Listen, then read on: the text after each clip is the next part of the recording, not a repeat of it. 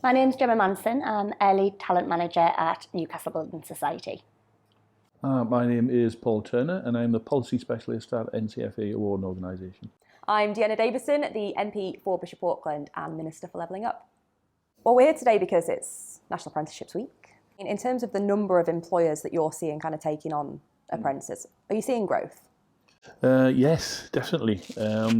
It's good to see. There's a lot of, obviously the big brands, but we also get, some very, very good small employers as well.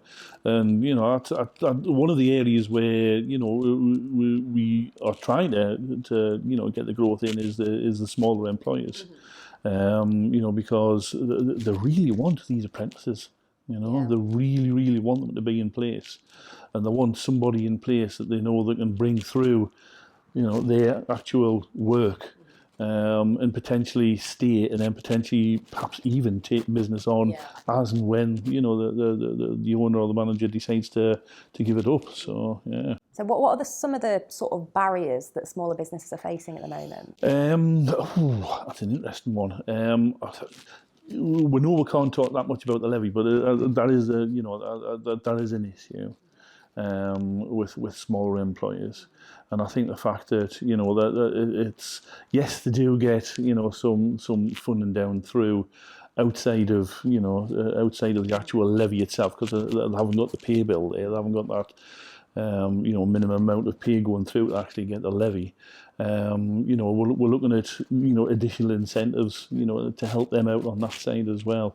Other countries, whether or not it's something to think about tax credits for small, medium, enterprises to help them, to support them whilst they have the apprenticeship in place. So that's something which could be a very useful tool. And in terms of kind of the value of apprenticeships kind of for the region's economy, I mean, how big is that? Huge. Yeah. Absolutely huge.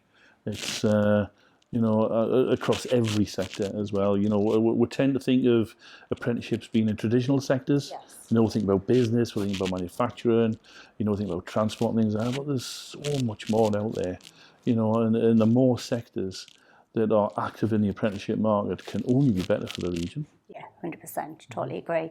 One of the areas, I guess, for us as well, always been a traditional building society.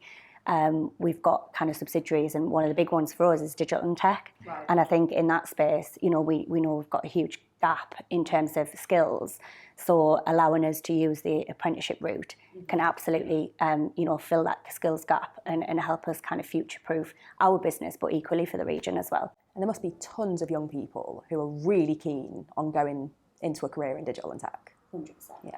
I think every school or engagement we have, there's always a conversation around how do I get into digital and tech. So there's definitely, I guess, the want to do that as well from that sort of level. And I think it's great that you can do it up to kind of degree-led and get the same qualification as going through, a university as well. So that's I think, a huge incentive for people. Why do we think there is still kind of a bit of a sort of stigma attached to apprenticeships, mainly amongst parents? I think it's the parents' attitudes we need to start changing, isn't it? But I think it's the education in terms of they don't know what it is, what there is out there. I think it goes back to what you mentioned there around they think it's a fairly traditional, and I think as well they probably think an apprenticeship is around, they're going to go and make the teas and coffees for everybody. Because there is that myth and there is that stigma. But actually, we know and that it's a real life job, and it's a real life experience in terms of it's not just about that. We get apprentices involved in all sorts of projects from day one, and they're working with really senior people as well across the organisation to really make an impact. And it's not like kind of it used to be. So I think that is one of the challenges certainly we have in terms of breaking down those barriers with parents around the opportunities that are out there and actually what they can get. Yeah, it's still the hangover from the as from the traditional side. Sweep the floor, make a tea, go for the long stand, that kind of thing. And it's just not like that anymore. It's so different now. And, obviously the more we can get, parents informed, yes, there's still some employees need a little bit of, bringing forward as well, but the more we can get parents informed, then the more apprentices we'll get. It's as simple as that. At any age as well, parents themselves, if they're enrolled as a new role coming on board in a company, can become an apprentice. And what better way to advocate the apprenticeship system is to have your child as an apprentice and you're an apprentice in your own company as well. Because this is the thing, it's not just for youngsters, is it? And particularly for kind of older people who perhaps want to try a different career path, this is such a good option, isn't it? Yeah, and with companies' expansion as well, new roles, new areas that they're breaking into. What better way, to actually bring forward, a high-profile role as an apprenticeship? An example we have, in our team back at NCFE, one of our team members did a level 7 management apprenticeship, and he's now our stakeholder manager. Wow. So for the company, so it's not just about coming in at the at the low level and doing some learning the basics of customer service and business. It's really, really high level stuff as well.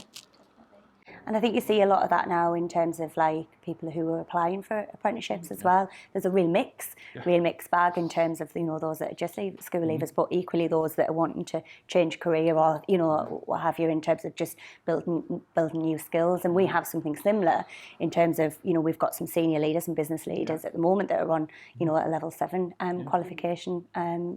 Strategic senior leaders. So it's happening across the board, and like I said, there's no kind of age cap on it. Yeah. Yeah. So one final question from me. If you each had one piece of advice to employers around apprenticeships, what would it be? Paul, I'm going to pick on you first. Don't be afraid of them. Yep. Embrace them. Take them on board.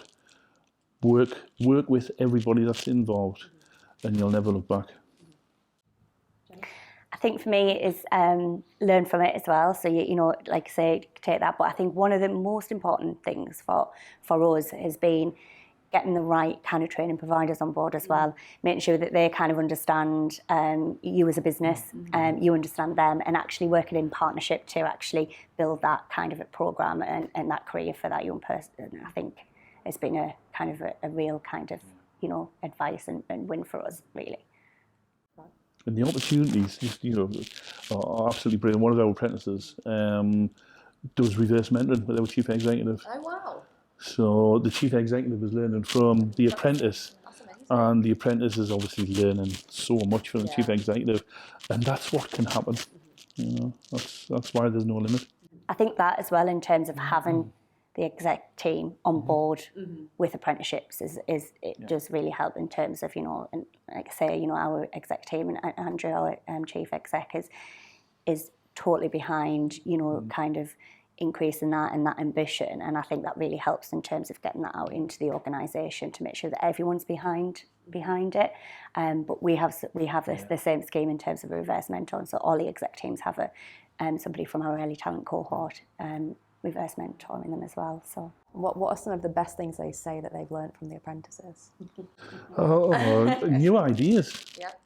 Ideas that the chief exec doesn't always see on a day-to-day basis, and the apprentice is fully involved in. Basic problem solving up to why we're doing things this way. I find it easy doing it like that, and it's amazing how many light bulbs get switched on. 100%. It's the insight as well, I think, in terms of getting their thinking just completely different. And I know a lot of them said the feedback that they've had has just really kind of given them, like you say, some light bulb moments around, actually, this is probably why things perhaps haven't worked, or, how we need to be thinking in the future. So, yeah, some great stuff coming from it.